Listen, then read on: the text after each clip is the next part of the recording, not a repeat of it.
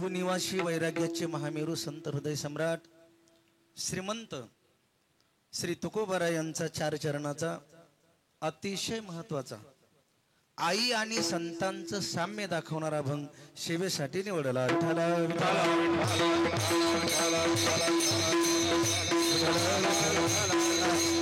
या ठिकाणी ही कीर्तन सेवा कोणत्या निमित्ताने सगळ्यांना कल्पना आहे.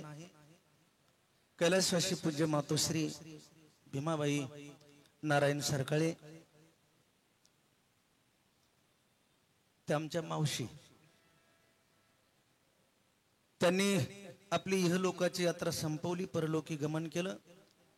आज त्यांना 1 वर्ष पूर्ण होत आहे आणि त्यांच्या प्रथम वर्ष श्राद्ध निमित्तानं असणारा हा सरकाळे परिवार,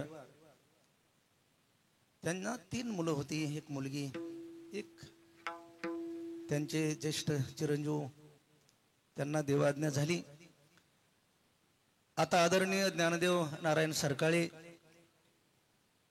रामनाथ नारायण सरकाळे, शकुंतलाबाई सौभाग्यवती शकुंतलाबाई, तुकारामजी मते आणि लक्ष्मीकांत एकनाथ सरकाळे हे पुतणे.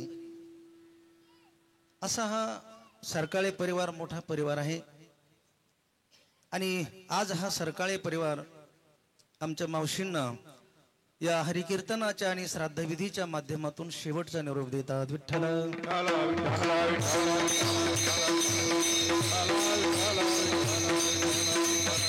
कारण श्राद्धविधी हा अंतिम विधी आहे. हा जीवात्मा आपल्यातून गेल्यानंतर वर्षभर ही विधी चालू असतात. अंत्यविधीपासून थेट श्राद्धविधीपर्यंत प्रत्येक महिन्याला श्राद्ध असतं. हा शेवटचा विधी आहे आणि अत्यंत महत्वाचा विधी आहे. आपल्यातून गेलेला जो जीवात्मा असतो त्याला आज गतिप्रधान दिवस आहे. आज गती मिळते त्यांना. वर्षभर त्यांचा हा प्रवास चालू असतो आणि आज गतिप्रधान दिवस असल्यामुळं पुढे चांगली गती मिळण्यासाठी हा जीवात्मा आज मागच्या परिवाराकडे पाहत असतो. मागच्या परिवारानं केलेलं अन्नदान, गोदान, भूदान, ज्ञानदान जे काही असेल, वस्त्रदान, याचं जे पुण्य अशा प्रकारचं प्राप्त होतं ना, ते आज त्या पितरांना मिळत असतं. आणि ते पुण्य त्यांना प्रदान केलं की त्यांना चांगल्या प्रकारची गती पुढे मिळू शकते आणि तो जीवात्मा मग मागच्या परिवाराला आशीर्वाद देऊन जातो. विठ्ठला विठ्ठला.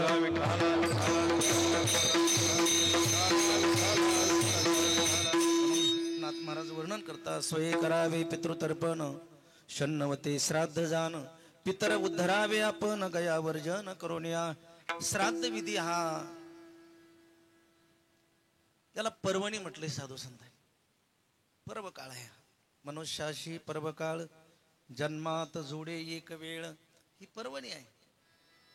आणि म्हणून अत्यंत महत्वाचा असणारा हा विधी याला श्राद्ध म्हणतात. जे श्रद्धेनं केलं जातं ना त्याला श्राद्ध म्हणतात. विठ्ठल. कारण आपले पितर आई वडील हयात असतानाही काही कर्म सांगितलेलं आहे. हयात असताना सेवा आणि त्यांच्या पश्चात हे विधी सांगितलेले आहे. ते गेल्यानंतर मागे हे विधी करायचे असतात. म्हणून अत्यंत महत्वाचा विधी आहे. आणि या विधीच्या माध्यमातून ज्यांचा हा श्राद्ध विधी आहे त्यांच्याबद्दल काय बोलायचं. अत्यंत एक तडफदार नेतृत्व होतं महाराज. परिस्थिती नादान होती, काही फार श्रीमंती नव्हती त्यांची. बेताची परिस्थिती, काबाड कष्ट करायचे, आपलं पोट चालवायचं. पण आमची मावशी मनानं फार श्रीमंत होती. परिस्थितीने जरी गरीब असेल पण मनानं फार मोठं मन होतं महाराज. आमची आई गेल्यापासून 10-5 वर्ष मावशी टिकल्या, काही आई गेल्यानंतर. पण इथं आलं का, मी या भागात आलो का, मावशीचं दर्शन घेऊन जायचो, पोट भरायचं. कारण आईचंच असणारं त्या ठिकाणी ते एक आदर तेवढा होता आणि फार जीव होता आमच्यामध्ये, फारच काय सांगायचं.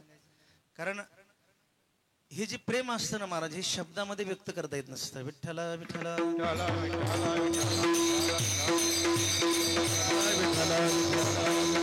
त्यांनी आपल्या मुलाबाळावर चांगले संस्कार लावले. पुढे ज्याचं त्याचं काय कर्तव्य ज्याचे त्याला.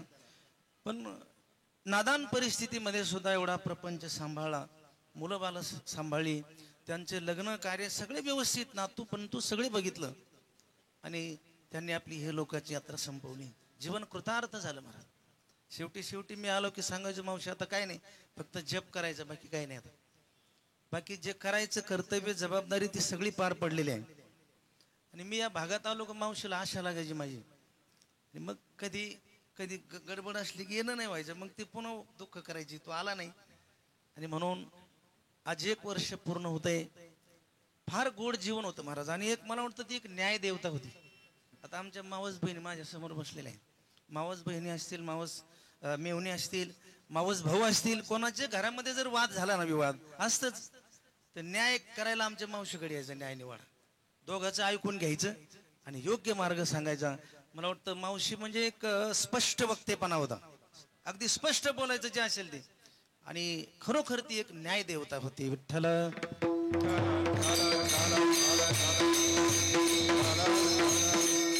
म्हणून आज हा सरकाळे परिवार आपल्या आईचा असणार आहे.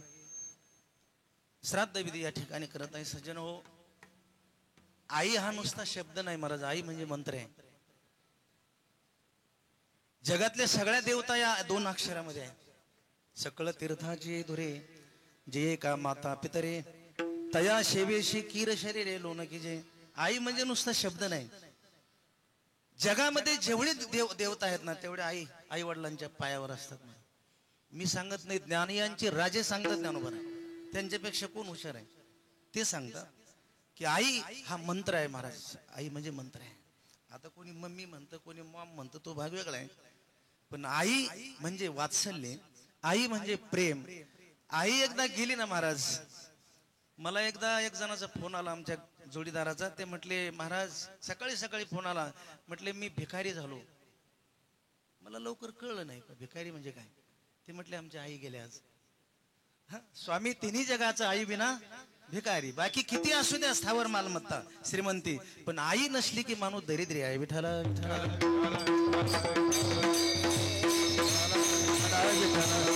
नेमकं असं होतं महाराज. लहानपणी आई कळते. ज्यावेळेस लहान मुलगा आहे ना, त्याला आई कळते बरं का, त्याला दुसरं काहीच लागत नाही आबा, त्याला आई कळते. पण मोठं झाल्यावर आई कळत नाही, हे दुर्दैव. विठ्ठला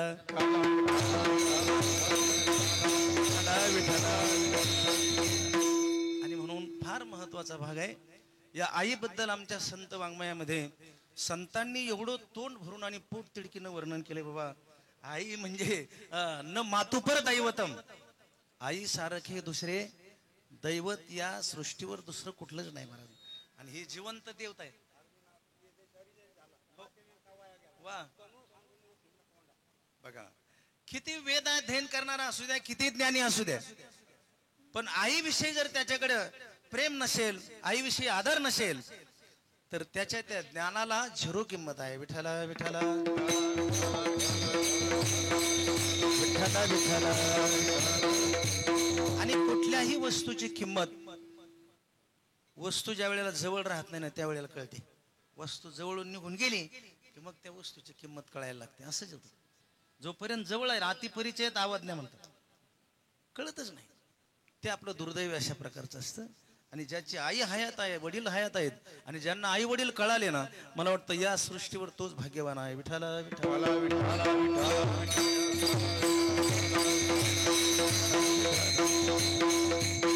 आपला दुसरा कोणताच परमार्थ नाही महाराज. आणि दुसरा परमार्थ करा न करा, पण यांची सेवा, यांचा सांभाळ, यांचं त्या ठिकाणी असणारं सगळ्या काही गोष्टी जर व्यवस्थितरित्या पार पाडल्या ना, मला वाटतं वेगळा परमार्थ करायची गरजच नाही. हो, स्वामी काज गुरु भक्ती पितृवचन सेवापती, हीच विष्णूची महापूजा, अनुभव नाही तुझा. अरे हे संतांचे हे अनुभव आहेत महाराज. हे काय काल्पनिक कथा नाही. द्या संत वाङ्मय म्हणजे काल्पनिक बोलणं नाही महाराज. ते काय आहे, ते अनुभवाचे बोल आहेत. विठ्ठला विठ्ठला. अरे आई म्हणजे स्वर्गापेक्षा श्रेष्ठ आहे. ज्या वेळेला भगवान रामप्रभूनं रावण मारला, लंका जिंकली. आता लंका एक विशेष नगरी आहे. लंका म्हणजे विश्वकर्म्यानं निर्माण केलेली, तिची रचना काही वेगळी होती. लंकेचा राजा बिभीषण झाला. बिभीषणाला दान देऊन टाकली रामप्रभू. त्यावेळेला बिभीषणाला असं वाटत होतं की रामप्रभूनं लंकेमध्ये यावं, बघावं कशी काय लंका आहे, कसं काय. तो विनंती करत होता, प्रभू चला लंका म्हणजे एक सामान्य नगरी नाही, अलकावती अमरपुरीला लाजवील अशी लंका नगरी आहे. तुम्ही चला बघा. रामप्रभू म्हटले मला काय घेणे, तुझी सगळी सोन्याची असली तर मला काय गरज आहे.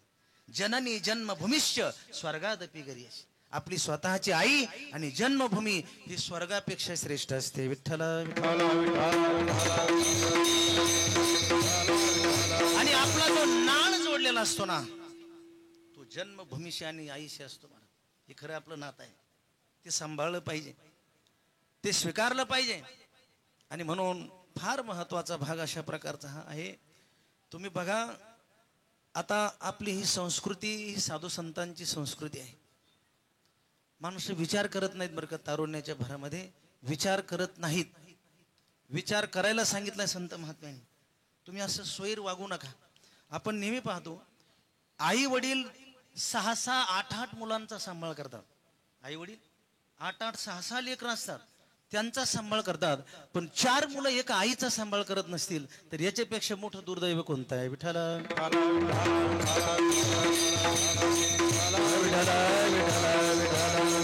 मी आवर्जून सांगतो, असे 2 भाऊ होते. वडील वारले होते, एकटी आई होती शिल्लक.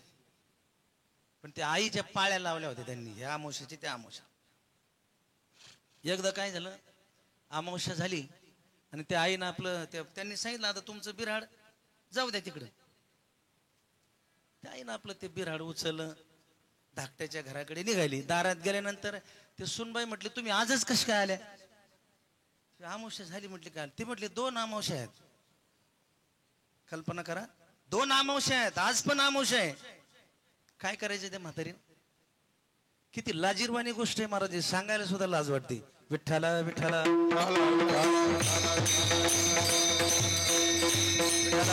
इतकं जर आपण इतकं नीच वृत्तीनं जर आपण जगत असोल तर मला वाटतं देवाची कृपा कशी होईल. आपल्याला अवकृपा झाल्याशिवाय राहणार नाही. कशी काय कृपा होईल. इथं शास्त्र शुद्ध पद्धतीनं जीवन जगावं लागतं. आपल्या मनाला समाजाला आवडेल असं वागावं लागतं आणि मग ते देवाला आवडतं. विठ्ठला विठ्ठला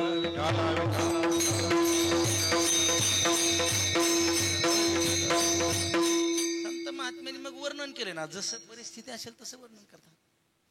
कबीर महाराज सांगतात माये बाप तो भीक मागे ससरे गो जम खान. सहज एखाद्याला विचारलं तर आम्हाला सवय कुठं चहा पाण्याला गेलं का आई, असंच एका ठिकाणी गेलो म्हटलं आई, ती म्हटली आई 6 वर्ष झाले लेकीकडे राहते. आणि म्हटलं ही म्हातारी, ते म्हटले आमच्या सासूबाई आहेत. विठ्ठला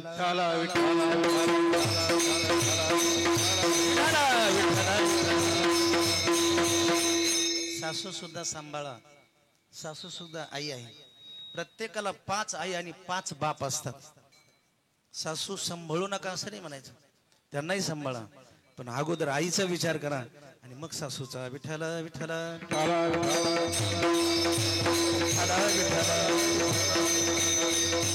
काय केलंय त्यांनी विचार करा. आपण आई वडिलांनी काय केलंय म्हटल्यापेक्षा काय नाही केलं असा विचार करावा लागेल. काय नाही केलं आपल्यासाठी.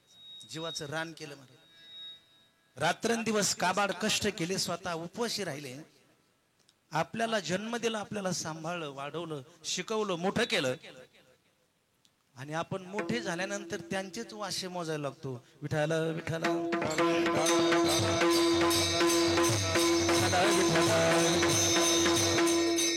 हा याचे परिणाम भोगावे लागतात महाराज. आपलं हे जीवन आहे ना, भगवंताने आपल्याला या मृत्यू लोकामध्ये पाठवलंय ना, हे चांगलं काम करण्यासाठी पाठवलेलं आहे. चांगलं काम करणं म्हणजे याचं नाव परमार्थ आहे, दुसरं काहीच नाही. तुम्ही मंदिरामध्ये जाऊ नका, काही गरज नाही, पण आपलं मरण डोळ्यासमोर ठेवा आणि आचार संपन्न जीवन जगा. वेगळा परमार्थ करायची गरजच नाही, काहीच नाही. मी तर असं म्हणतो की मंदिरं गावाच्या बाहेर बांधली पाहिजे आणि स्मशानभूमी गावात बांधली पाहिजे. नेममध्ये मंदिरात जाऊ नका, पण दररोज स्मशानभूमीचं दर्शन घेऊन या. स्मशानभूमीचं तिथं गेलं की कळतं आपल्याला सुद्धा इथं यायचंय आणि आपली जागा तिकडे, इथं नाही. माणसं म्हणतात ही आपलीच जागा आहे. आपली कसली? आपली जागा स्मशानभूमीत आहे. विठ्ठला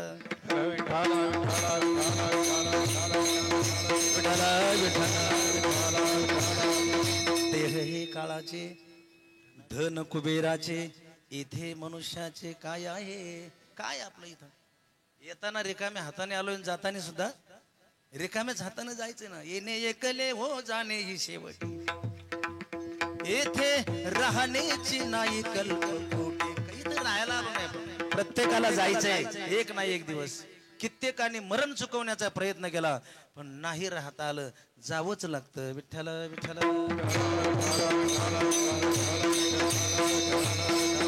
येणं आणि जाणं आपल्या हातामध्ये जरी नसलं पण इथं राहत असताना काय करावं हे आपल्या हातात आहे. ही कर्मभूमी आहे महाराज. इथं काहीही करता येतं आणि जर चांगलं कर्म केलं ना तर माणसाला खूप मोठं होता येतं इथंच. विठ्ठल विठ्ठल विठ्ठल. अशक्य काहीच नाही महाराज, अशक्य काहीच नाही. आपल्याला हे वाढवता आलं पाहिजे बरं. हे वाढवता, हे कमवता आलं पाहिजे, वाढवता आलं पाहिजे. ते भूषण आहे, गमावणं भूषण नाही. महाराज खेद व्यक्त करतात, जन्मा येऊन काय केले तुवा मुद्दल गमाविले. काय केलं जन्माला येऊन? तो वाढावं लागतं. वाढवी महत्व वडिलांचे, वाढवी महत्व वडिलांचे, वडिलांचे वाढवी महत्व. अशांती दुःख नव्हे कोणाचा वाईट, शांती रूपे नव्हे कोणाचा वाईट, शांती रूपे नव्हे कोणाचा वाईट, शांती रूपे नव्हे कोणाचा वाईट. वाढवी महत्व वडिलांचे,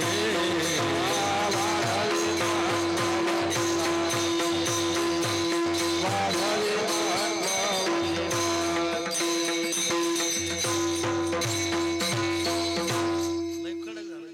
वडिलांचे. शांती रूपे नव्हे कोणाचा वाईट, वाढवी महत्व वडिलांचे. शांत वृत्तीनं जीवन जगणं, समाधानानं जीवन जगणं आणि आपल्या वाढ वडिलांचं महत्व वाढवणं हे गृहस्थाश्रमियांचं कर्म आहे महाराज. गृहस्थाश्रमियासाठी फार फार मला वाटतं सगळ्या तिन्ही चारही आश्रमामध्ये गृहस्थाश्रम श्रेष्ठ मानलाय. धन्य गृहस्थाश्रम. पण त्याची आचारसंहिता आपल्याला पाळावी लागते. एक सुभाषितकार वर्णन करतात, सानंदम सदनम सुताच सुधीकांता मृदुभाषिणी, सन्मित्र सुधनम स्वयोषी तिरती, आज्ञापरा सेवकः, आतिथ्यम शिवपूजनम प्रतिदिनम मिष्टान्न पानम गृहे, साधो संगम उपासते हि सततम, धन्य गृहस्थाश्रम. सानंदम घरामध्ये आनंदाचं वातावरण, सतत सतत आनंदाचं वातावरण असावं. सानंदम सतत. बरं का, सुताच सुत म्हणजे मुलगा, सुधीय बुद्धिमान मुलगा असला पाहिजे. आपल्या पोटी बुद्धिमान मुलगा जन्माला यावा हे लौकिक भाग्य आहे. आणि जर तो बुद्धिमान नसेल, बुद्धू असेल, तर मला वाटतं तो जर मूर्ख निघाला ना त्याच्या इतकं दुःख दुसरं कोणतंच नाही. मुलगा जर मूर्खश्य पुत्र विधवश्य कन्या, हे अग्नीशिवाय जाळतात माणसाला. अग्नीशिवाय, अग्नीची गरज नाही. मूर्ख मुलगा आणि विधवा कन्या जर असेल ना तर अग्नीशिवाय माणूस जळत राहतो. विठ्ठल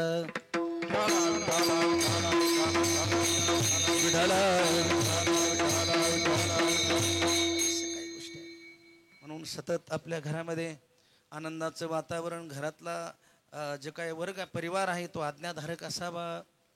बरं का, आमच्या आबांची परिस्थिती आहे, आमचे किशन महाराज जाधव, दोघांच्या घरी नेहमी येणं जाणं असतात. गोड परिवार महाराज, सगळं जिथले तिथं आज्ञाधारक, आई वडील, आदर, परमार्थ या सगळ्या गोष्टी सांभाळतात महाराज मंडळी. आणि म्हणून आमचा जो संबंध, आमचं जे प्रेम आहे महाराज, हे शब्दामध्ये नाही सांगता येणार मला. विठ्ठल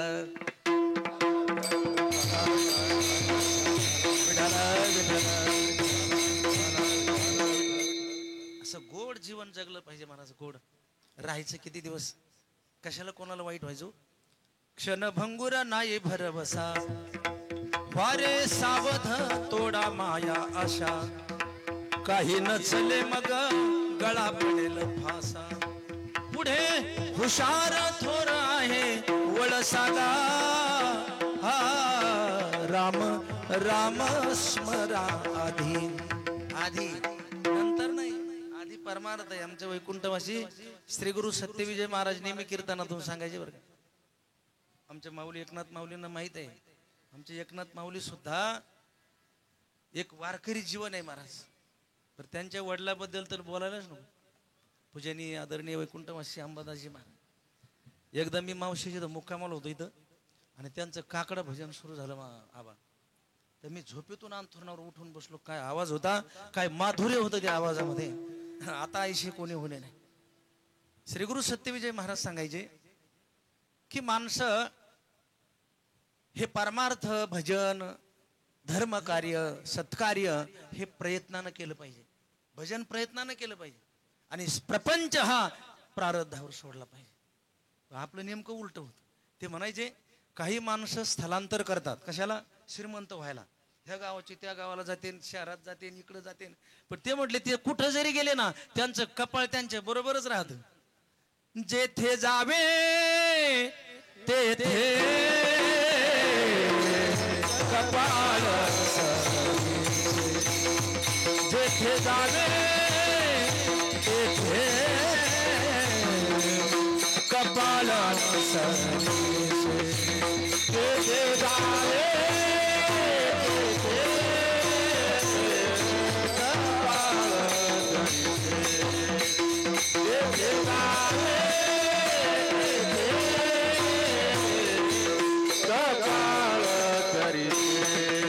विशेष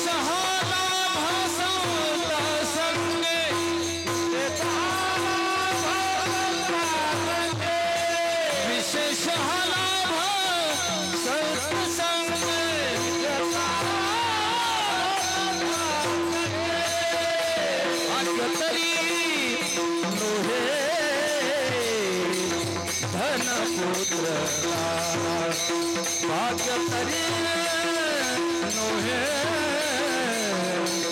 धनपुत्र, भाग्य तरी नोहे भाग्य तरी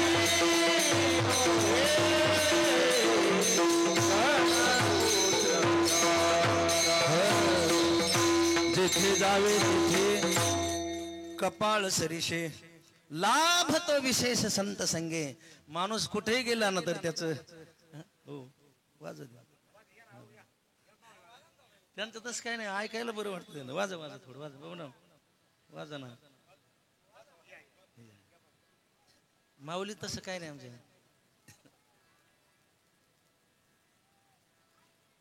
विठ्ठल विठ्ठल विठ्ठल विठ्ठल विठ्ठल विठ्ठल विठ्ठल विठ्ठल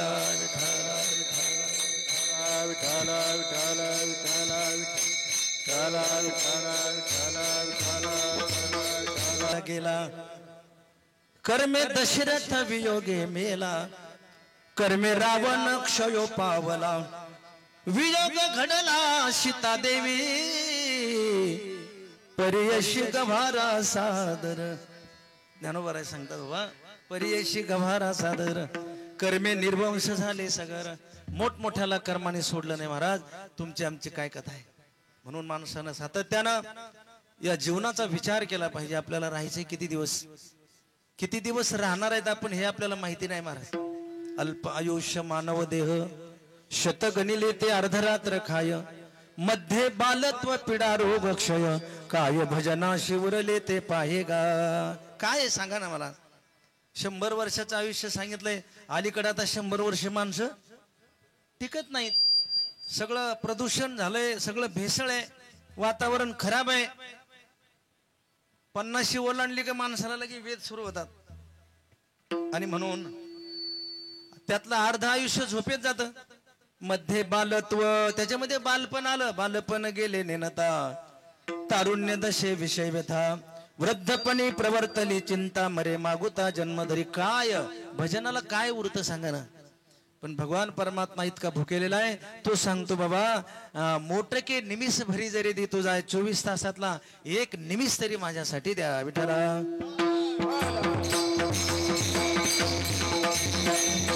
विठ्ठला विठ्ठला विठ्ठला. म्हणून भगवंतानं हे जे शरीर दिलं आपल्याला, हे विचार करण्यासाठी दिलेलं आहे. खरं काय, खोटं काय, चांगलं काय, वाईट काय, या गोष्टीचा निवाडा करण्यासाठी हे शरीर आहे महाराज. आणि माणूस जर जाणून बुजून जर काही गोष्टी करत असेल, कळून जर चुका करत असेल, प्रमाद करत असेल, तर त्याचे दुष्परिणाम त्याला भोगावे लागतात. मी सांगत नाही, महाराज सांगतात, पातके करिता पुढे आहे पुसता, काय उत्तर देता होशील तू. काय उत्तर देशील तू. इथं बरं वाटतं पाप करायला. आता श्रावण महिना, आता काही नाही, पण आता माग अमावस्या झाली ना. मडके महाराज कोणती अमावस्या होती ती. मला शेवगावात एक जण विचारलं बरं का. शेवगावात एक जण, असे 2 मुलं होते गाडीवर. मला म्हटले महाराज गटारी अमावस्या कधी आहे. गटारी अमावस्या म्हटलं 2 अमावस्या 2 होत्या ना. म्हटलं 2 येतात. ते म्हटलं आजची धराव का उद्याची. म्हटलं आता तुम्हीच ठरव कोणती धरायची. गटार गत आहार असं त्याचं नाव आहे. किती गत आहार. इथं काही आहार त्याज्य करावा लागतो या श्रावण महिन्यात. आता श्रावण, आज तर नागपंचमी आहे महाराज, महत्वाचा दिवस आहे. आज नागोबाची पूजा केली जाते. का? आपल्या संताकडे भूतदया आहे महाराज, धर्म आहे. दया हा श्रेष्ठ धर्म आहे. आज मला वाटतं एरवी जर साप दिसला की माणसं काठी घेऊन पळतात, आणि आज सर्प दिसला की त्याचं दर्शन घेतात. काय बरं, ही संस्कृती साधू संतांची. भाऊ तो त्याच्यामध्ये सुद्धा भगवान परमात्मा आहे. नाहीतरी सर्प काय करत नाही, जवळ त्याच्यावर पाय पडतो त्यावेळेला तो चावा घेतो. सर्प आपला मित्र आहे महाराज. सृष्टीमध्ये एकही वस्तू अशी निर्माण केली नाही देवाने की तिचा प्रादुर्भाव, कारण हे सगळं संतुलन राखण्यासाठी प्रत्येकाला एकमेकाची गरज आहे. विठ्ठला विठ्ठला विठ्ठला विठ्ठला. असं महाराज, आपल्याकडून काही चुका झाल्याशिवाय ते परिणाम, कारण प्रत्येकानं आपापली बाजू जर सांभाळली, प्रत्येकानं जर आपापली जबाबदारी सांभाळली, तर मला वाटतं कोणालाच कोणापासून दुःख होण्याचं कारण नाही बरं का. आणि म्हणून ही भूतदया जे काही तुकोबराने सांगितलं, भूतदया गायी पशूंचे पालन, तान्हेल्या जीवन वना माझी. हे भूतदया आपल्याकडे असली पाहिजे बरं का. भूतदया असली पाहिजे. हा धर्म अशा प्रकारचा, हा परमार्थ आहे. सज्जन हो, आपल्या प्रत्येक व्यवहारामध्ये परमार्थ दडलेला आहे. प्रत्येक गोष्टीत परमार्थ आहे. आपल्या बोलण्यात परमार्थ आहे, आपल्या खाण्यात परमार्थ आहे, आपल्या पाहण्यात परमार्थ आहे, आपल्या ऐकण्यात परमार्थ आहे, आपल्या सगळ्या व्यवहारात परमार्थ आहे. विठ्ठला विठ्ठला.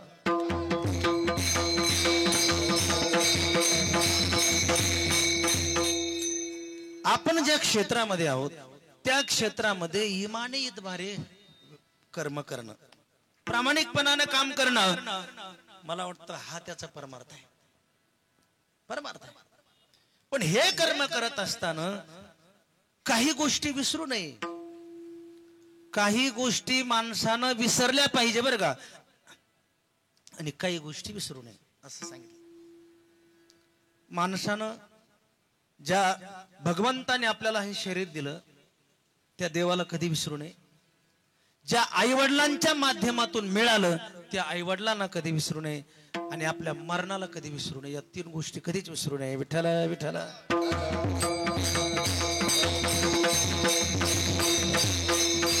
काही गोष्टी विसरलं पाहिजे. कोणत्या? एखाद्यावर आपण परोपकार केला ना, विसरून गेलं पाहिजे. पुन्हा पुन्हा तेच वधू नका. मी असं केलं, मी तसं केलं, आमच्यामुळे ते असे झाले. हा, त्याचं फळ मिळत नाही जीवनामध्ये. परोपकार पुन्हा पुन्हा त्याचं वर्णन करू नका. परोपकार केलाय ना, विसरून गेलं पाहिजे, त्याचं फळ मिळतं.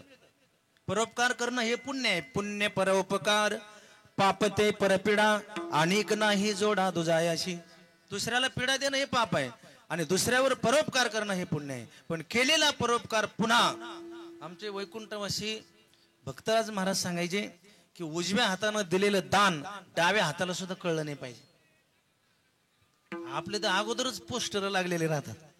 आम्ही असं आमचे पंगतन आमचं आमक काही उपयोग होत नाही, पाहिजे तेवढं फळ मिळत नाही. म्हणून परोपकार विसरून गेलं पाहिजे. आणि मला वाटतं काल एखाद्यानं शिवी दिली ना आपल्याला, आज विसरून जा, त्याच्या नादी लागू नका, माघार घ्या. माघार घेण्याची संस्कृती आमची संतांची संस्कृती आहे. विठ्ठल विठ्ठल. का बरं माघार घेतल्यानंतर काय फायदा होतो? ज्यांनी तुम्हाला शिव्या दिल्या, ज्यांनी मारलं ना, तीच माणसं तुमच्या पायावर डोकं मस्तक ठेवतात एक दिवस. साधू संतांचे अनुभव आहेत. ज्या ज्या लोकांनी त्रास दिला तुकोबारायला, ज्ञानोबारायला, आदी संतांना, ज्या ज्या लोकांनी त्रास दिला ना, तीच लोक आरती करायला लागले. विठ्ठल विठ्ठल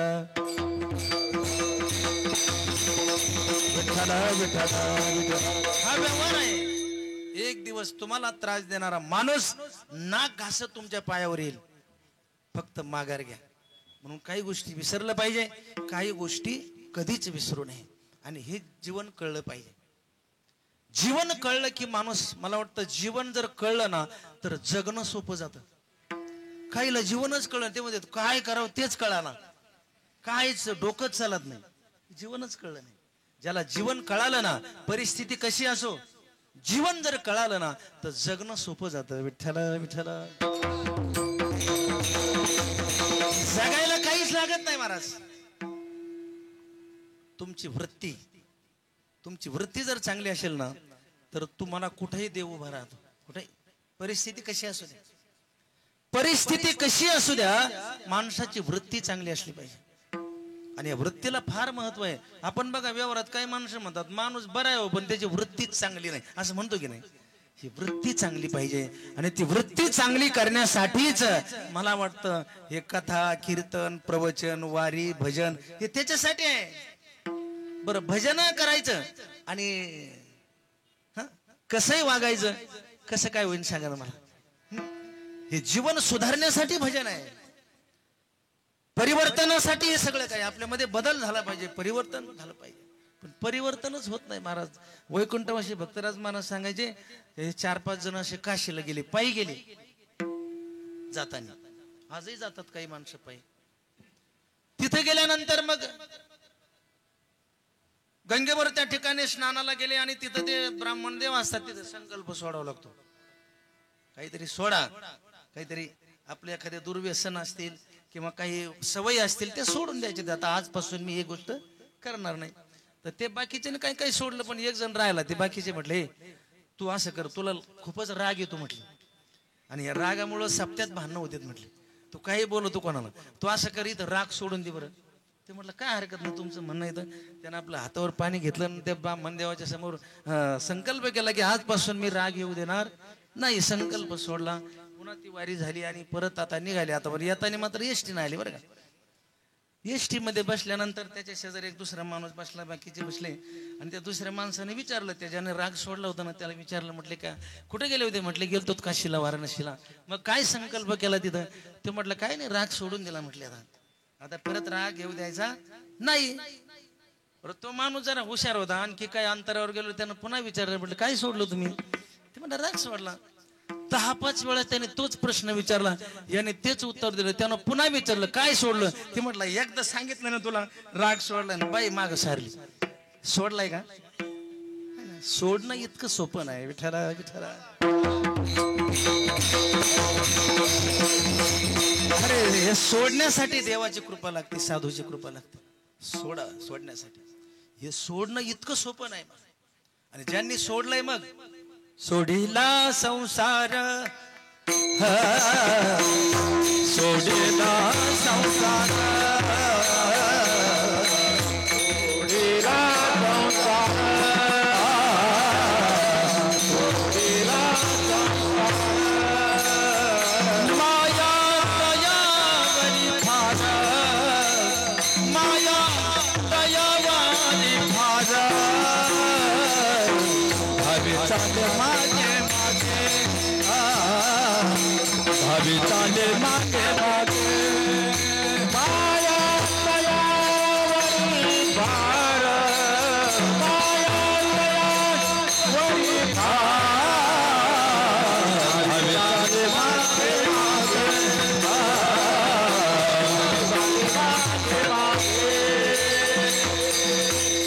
केला संसार माया तयावरे फार धावे चाले मागे मागे सुख दुःख साहे अंगे आपलं जीवन जर सुधारलं परिवर्तन झालं शास्त्र शुद्ध पद्धतीने आपण जर जीवन जगायला लागलो ना देव सुद्धा सहकार्य करू लागतो अरे अनेक संतांची कामदेव संसार करू लागला की नाही कारण संतांनी केलेला संसार सुद्धा देवाला आवडत होता विठाला विठाला साधू संतांनी केलेला संसार सुद्धा देवाला आवडत होता आपण केलेला परमार्थ देवाला आवडतो की न आवडतो शंका आहे आपला परमार्थ आवडतो की नाही आवडतो त्यांचा संसार आवडला अरे सजन कशा विकू लागे मांस सजन कसाही मांस विकण्याचा धंदा करत होते त्यांना शालिग्रामाच्या रूपानं देव काय ते विकू लागत होते हे काय सत्य कथा आहे ते काल्पनिक नाही माळ्या सावत्या सुखरूपू लागे काय करत नाही देव महाराज उंच नीच काही नेने भगवंत तिष्ठे भाव भक्ती देखोनिया दाशी पुत्र कन्या विदुराच्या भक्षी दैत्या घरी रक्षे प्रल्हादाशी देव आपल्याला सहकार्य करू लागतो विठाला विठाला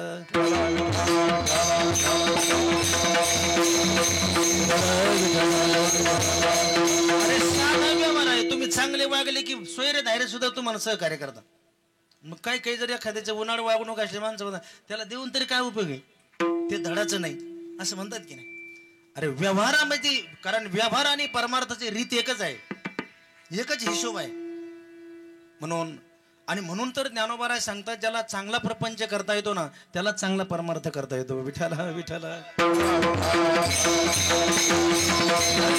जयाचे ऐक धड नाही तयाचे परत्र पुसशी काही ज्याला प्रपंच नीट करता येत नाही तो परमार्थ कसा करणार तो हिशोब आहे ताळा आहे त्याचा व्यवहार आहे त्याचं सूत्र आहे आणि ते सूत्र माणसाला कळालं की मग गणित सोडायला सोपं जातं काय काही पंपावराला गणित सुटत नाही ना का तर सूत्रच माहिती नसतं हे सूत्र आहे मला जीवन जगण्याचं आणि जीवन जगण्याचं सूत्र आम्हाला साधू संतांनी शिकवलंय काय खेद करू नका नको खेद करू कोणत्या गोष्टीचा पती लक्ष्मीचा जाणत असे खेद करू नका आणि दुःखही करत बसू नका प्राप्त प्रसंगामध्ये समरस व्हायला शिका जशी परिस्थिती असेल त्या परिस्थितीला तोंड द्यायला शिका याचंच नाव परमात्मा आहे ठेविले अनंते तैशेचे राहावे चित्ती असो द्यावे समाधान फक्त समाधानी जीवन जगा कारण ही मला वाटतं भगवंतानी आपल्याला हे शरीर दिलं ना ही आपल्याला दिलेली संधी आहे आता पुन्हा नाही बाबा आता नाही दुरोनी आलो मेगा दुःख झाले दारुण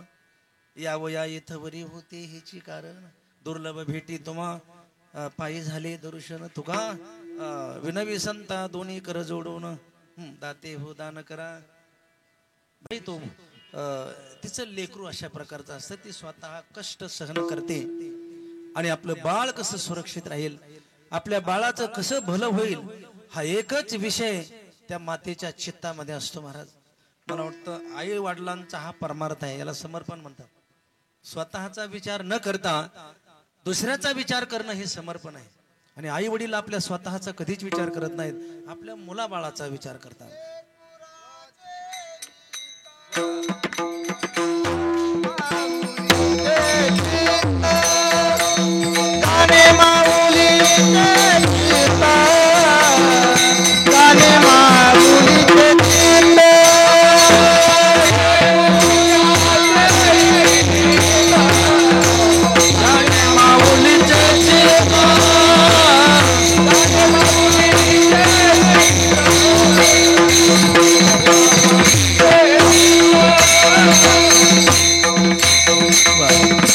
लेकुराचे हित जाणे माऊलीचे चित्त किंवा वाहे माऊलीचे चित्त ऐशे कळवळ्याची जाती करे लाभावी न प्रीती काय करत नाही आई महाराज आई म्हणजे मला वाटतं संपूर्ण आपलं योगदान त्या मुलाबाळीसाठी असतं मी एक आई सांगत असतो कारण एक ब्राह्मण कुटुंब होतं अत्यंत गरीब परिस्थिती कुटुंबामध्ये एक माऊली गरोदर होती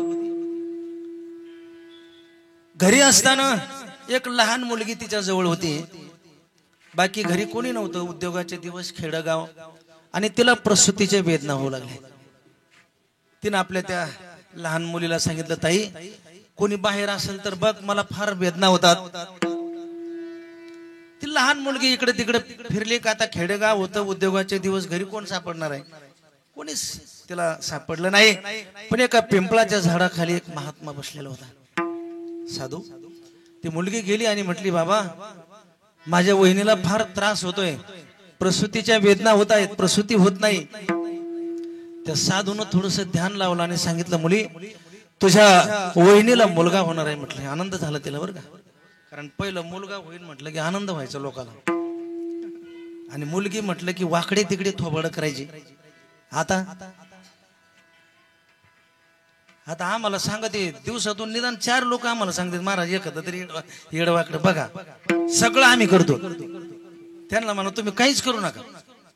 आणि आता मुलीचे बाप सुद्धा सांगतात यंदा नाही करायचं, ते कशामुळं थोडी तारांबळी, ते म्हणते काहीच बघू नका, आम्ही सगळं करतो. हे दिवस कशाने आले असतील आपल्याला कल्पना आहे. आपणच आपल्या पायावर पाडलेला धोंडा. विठाला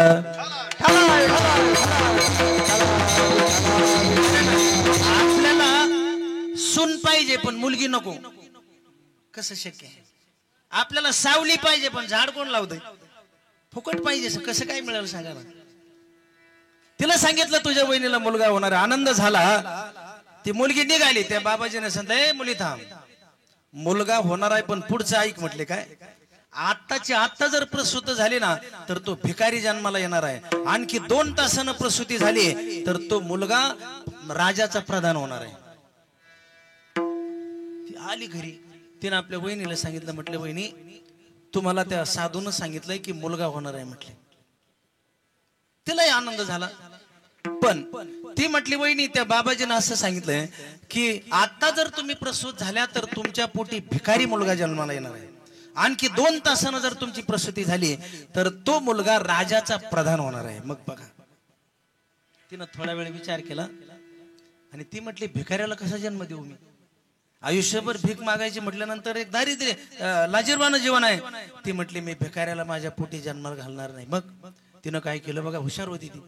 तिनं अशा भिंतीच्या कडेला खाली डोकं आणि वर पाय केलं.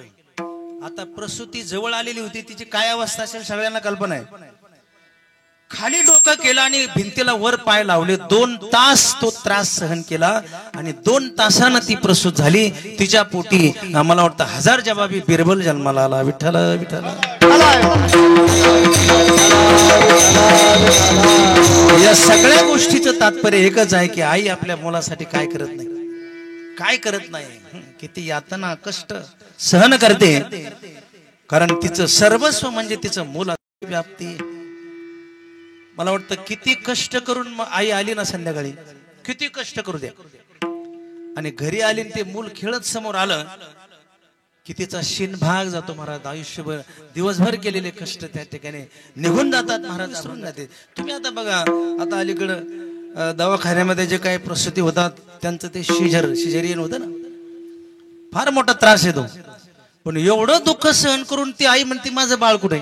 आणि ते बाळ दाखवलं की ते सगळं दुःख विसरून जाते. देह विसरे आपुला जवळी घेता शीन गेला. ते जवळ घेतलं की ते सगळं दुःख विसरून जाते महाराज. महाराज याच्या पुढे जाऊन सांगतात, दावी प्रेम भाते आणि अंगावरी चढते. ते मूल त्या ठिकाणी एवढं प्रेम आई त्या मुलावर करते महाराज. ते मूल इतकं विचित्र असतं, आई त्याला स्तनपान करायला लागेल, ते आईच्याच छाताडात लाथा मारतं आणि अंगावरी चढते. मला वाटतं तिथूनच लाथा मारायचं शिकतं की काय ते सांगता येत नाही. पुढे आपल्याला काय होऊ नये, अडचण येऊ नये म्हणून विचित्र असते ते. तिथं लाथा मारतं तरी ती त्याला प्रेमानं स्तनपान करते. याच्यापेक्षा काय प्रेम असावं सांगा ना? कोण आहे जगात एवढं प्रेम करणार? थोडस वाकडं तिकडं झालं की माणसं वर्ष 2-2 वर्ष थोबाड पाहत नाही. आणि आईला शिव्या जरी दिल्या तर आई ती सहन करते की नाही मुलाच्या? अहो बघा तुम्ही, एक आमच्या समक्ष घडलेली घटना. एका आजीचा मुलगा खूप दारू पित होता, खूप दारू प्यायचा. तिलाही त्या ठिकाणी मारायचा, लोकांना शिवे द्यायचा, लोकांना राग यायचा शेजाऱ्या पाजाऱ्याला. एक दिवस असा फुल पिऊन आला आणि आपल्या आईलाच मारायला लागला. 2-4 जण पोर तरुण आले धावत, त्याला बाजूला केलं आणि त्याला मारायला लागले. तर ती आई उठली, ती म्हटली तुमच्या बापाचं खाल्लं का त्याने? बघा ना, तुमच्या काय बापाचं खाल्लं, का मारता त्याला? म्हणजे बघा, आईशी कळवळ्याची जाते करी लाभावी न प्रीते. याला म्हणतात देह विसरे आपुला, जवळी घेता शिन गेला, दावी प्रेम भाते आणि अंगावरी चढते. देह विसरे आपुला, जवळी घेता शिन गेला. महाराज सांगतात संतांनी बरं का, जगद्गुरु तुकोबारा इथं आई आणि संतांचं साम्य दाखवतात. जशी आई आपल्या मुलाविषयी आहे ना, तसे संत समाजाविषयी आहे. जशी आई आपल्या मुलावर प्रेम करते ना, तसे संत समाजावर प्रेम करतात.